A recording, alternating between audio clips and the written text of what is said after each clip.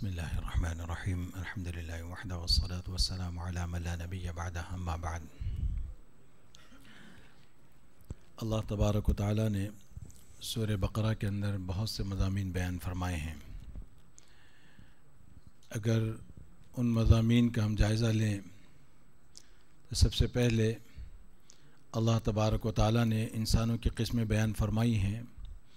3 قسمیں ان کے عقیدے اور عمل کے اعتبار سے، سچے مومن اور پکے کافر، اور پھر درمیانے یعنی منافقین۔ اس کے بعد اللہ تبارک و تعالی نے سیدنا آدم علیہ السلام کی جو پیدائش ہے اس وقت کا واقعہ بیان فرمایا کہ جب آدم علیہ السلام کی پیدائش کے اللہ نے ارادہ فرمایا تو فرشتوں کو تعجب ہوا، کہا کہ یا اللہ ہم تو آپ کی عبادت کرنے ہی والے ہیں، پھر کسی اور مخلوق کی کیا ضرورت ہے۔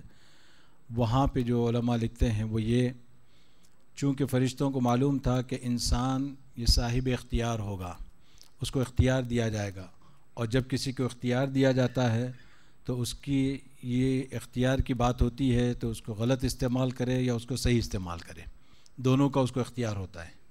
اسی وجہ سے فرشتوں کو یہ تعجب ہوا کہ اب اگر یہ انسان اپنا اختیار غلط استعمال کرے گا تو غلط راستوں پر پڑے گا، اللہ کی نافرمانیوں میں مبتلا ہوگا، پھر ایسی مخلوق کے پیدا کرنے کا کیا فائدہ۔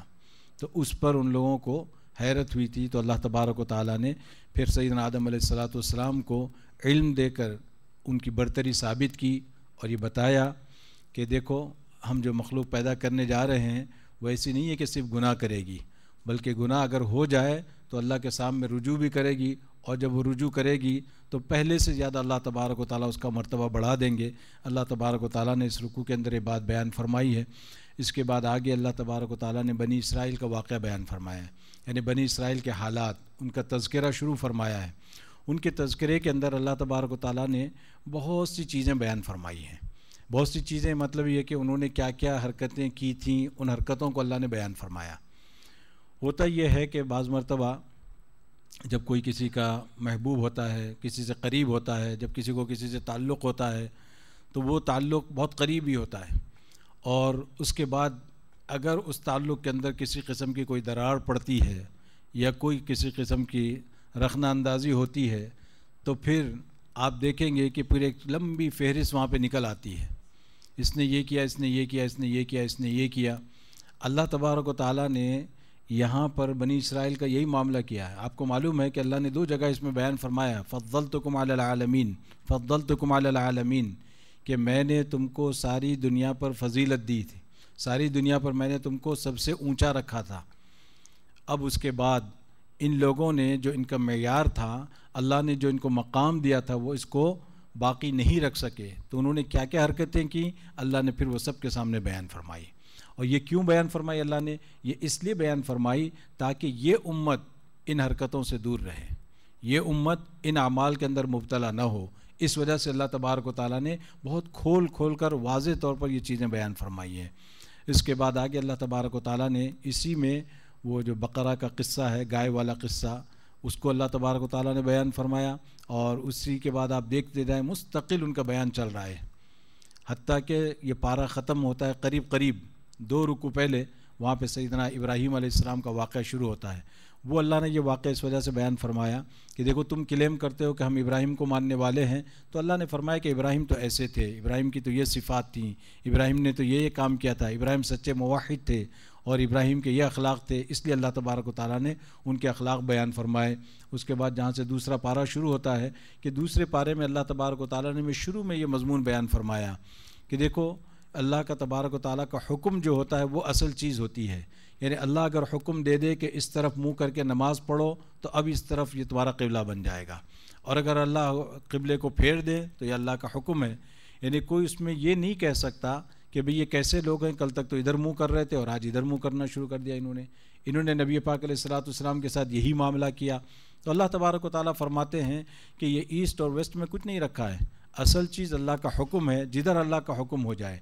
اسی لیے وہاں پر کفار کیا کرتے تھے، مسلمانوں کے دلوں میں بہت شبہ پیدا کرتے تھے کہ بھئی یہ لوگ ابھی تک ادھر نماز پڑھتے رہے اور اب انہوں نے قبلہ چینج کر لیا اپنا، تو اس کا مطلب یہ ہوا کہ ادھر منہ کر کے انہوں نے جتنی نمازیں پڑھی وہ غلط تھی، اب ان کو وہ ساری نمازیں دہرانی ہوگی.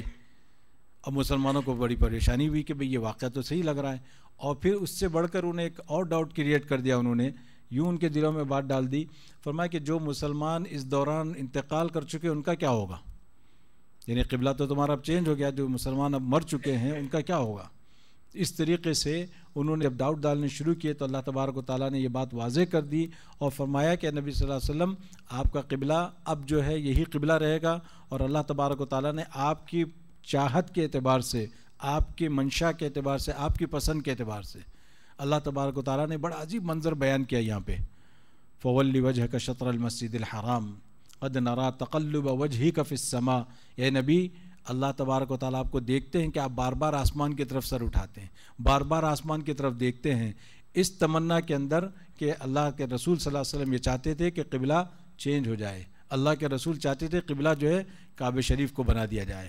اس تمنا کے اندر اللہ تبارک و تعالیٰ کی طرف دیکھتے تھے. آپ دیکھیں کہ اللہ تبارک و تعالیٰ نے اپنے نبی کی اس ادا کو بھی نقل فرمایا. قیامت تک ہم یہ پڑھیں گے, قد نرا تقلب وجهك فی السماء. کتنا پیار ہوگا اللہ کو اپنے نبی سے. اور آگے اللہ تبارک و تعالیٰ نے جو رکوع شروع ہوتے ہیں اس میں فرمایا کہ اگر تمہیں کوئی مصیبت آ جائے, کوئی پریشانی آ جائے, تو سمجھو کہ اللہ تبارک و تعالیٰ اپنے بندوں کو آزماتے رہتے ہیں, اور طرح طرح سے آزماتے ہیں. آزمانے کے اس کے طریقے ہیں, کبھی جان میں کمی کر دیں گے, کبھی مالوں میں کمی کر دیں گے, کبھی تمہارے عزیز و اقارب کو دنیا سے اٹھا لیں گے, کبھی تمہاری چہیتی چیز کو اللہ تم سے لے لے گا. اللہ فرماتے ہیں کہ ہماری آزمائش کے طریقے مختلف ہیں. وَلَنَبْلُوَنَّكُمْ بِشَيْءٍ مِّنَ الْخَوْفِ وَالْجُوعِ وَنَقْصٍ مِّنَ الْأَمْوَالِ وَالْأَنفُسِ وَالثَّمَرَاتِ.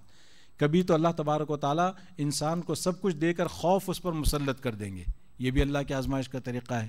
اللہ فرماتے ہیں ان سب چیزوں میں تمہارا کیا کام ہونا چاہیے؟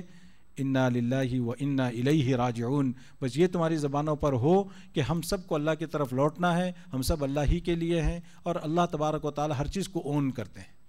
ہم بھی اللہ ہی کی ملکیت ہیں, اللہ ہی کے پاس ہم کو بھی جانا ہے. اس سے بڑی رحمت ہوتی ہے انسان کو, اور بڑی جو ہے نا سکون انسان کو حاصل ہوتا ہے. یہ اللہ تبارک و تعالیٰ نے یہ آیت ایسے نہیں فرمائی, اس کو جب ہم پڑھتے ہیں تو اس کے معنی کا بھی تصور کریں کہ انا للہ و انا الیہ راجعون. اسی لیے جو ہے نا ایک اور بھی روایت میں آتا ہے, ان کسی کا انتقال ہو جائے, جب کوئی چیز آپ کو معلوم ہو تو وہ کہا جاتا ہے ان للہ ما اعطى وله ما اخذ وكل شيء عنده باجل مسمى, کہ جو کچھ اللہ تبارک و تعالیٰ نے لے لیا وہ اس کا تھا, اور ہر چیز کا ایک وقت مقرر ہے, ہر سب کو وہاں پہ پہنچنا ہے. تو یہ چیز اسی کی تشریح کے اندر آتی ہے.